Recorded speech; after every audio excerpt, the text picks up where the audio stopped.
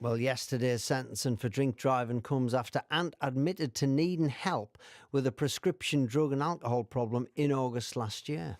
Well, joining us now on BBC Newcastle Radio for the North East is Simon Stevens from Addictions UK, and they're based in Euston. Thanks for being with us this morning, Simon. Ant said outside of court yesterday that he hoped that this was a turning point for him. Is that something that needs to happen before a person can change when it comes to addiction? There has to be that sort of almost a low at which you reach. Good morning, Anne. Well, absolutely.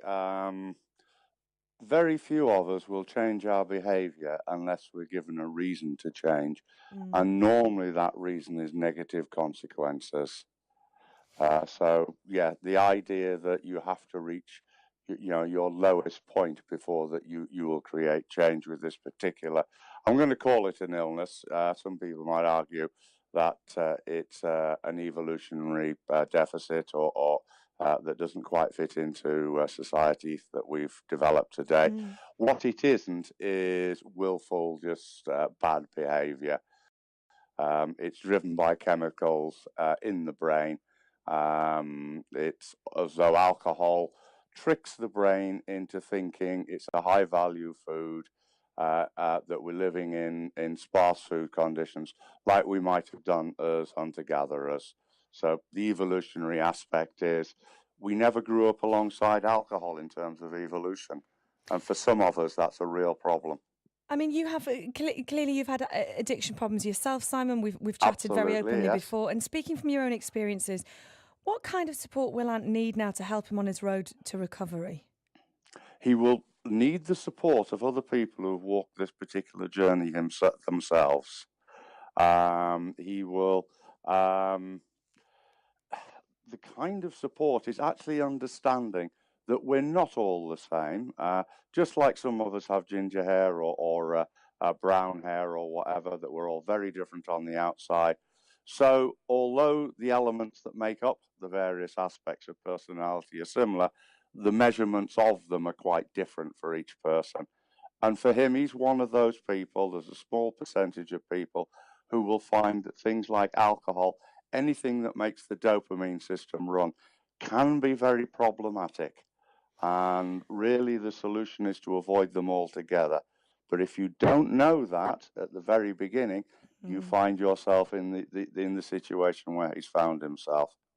And clearly, Simon, that there will be people listening, I'm sure, that have sympathy and indeed empathy for Ant and people who have addicts in their family and understand that it's an illness and understand the difficulties. But likewise, you know, that doesn't excuse getting in a car, whether or not you're having problems with alcohol or prescription drugs or whatever. That never excuses all I'm that offering behaviour. is an explanation. Yeah. Many of us will say we're not responsible for the way that our personalities are being created, the chemicals in our brain, how they're running. We are accountable for our actions. What we are even more accountable for and responsible for is that once we learn that this is the case, we are responsible for maintaining our recovery. Unfortunately, Mr. McPartlin had a lapse in his recovery. I think that was noted by the judge.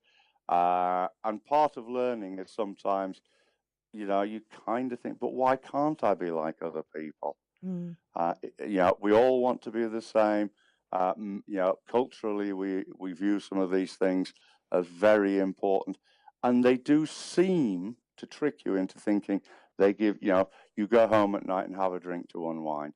Okay, for a lot of people, that's a feasible way of living. For some of us, however, the first drink is the drink that causes the car accident. It's not the last drink.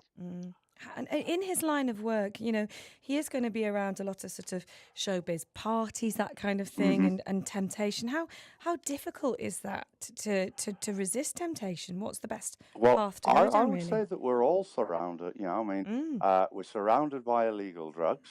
Let's be honest, many of us know exactly where they are, and it's very easy to find if you want to. We're surrounded by alcohol. Absolutely bombarded. Doesn't matter what you do. You will, every day you will see alcohol and things. And for some people, food addiction as well. We're surrounded. Lots of addiction comes in all sorts of different forms. And sugar. Yeah. Sugar is the world's biggest addiction. So we're surrounded by these things, And it's a case of being able to say, okay, so it exists. I have this particular problem. As long as it's not in my body, then it's okay. So we often say, as long as the alcohol stays in the bottle, that's not a problem then. It's when we try, what we can't do, what other people can do is control, their drinking. The way the dopamine system works, obviously we haven't got time to do a psychological lecture here, but the way the dopamine system works for some people is they really cannot control. It is not about thinking.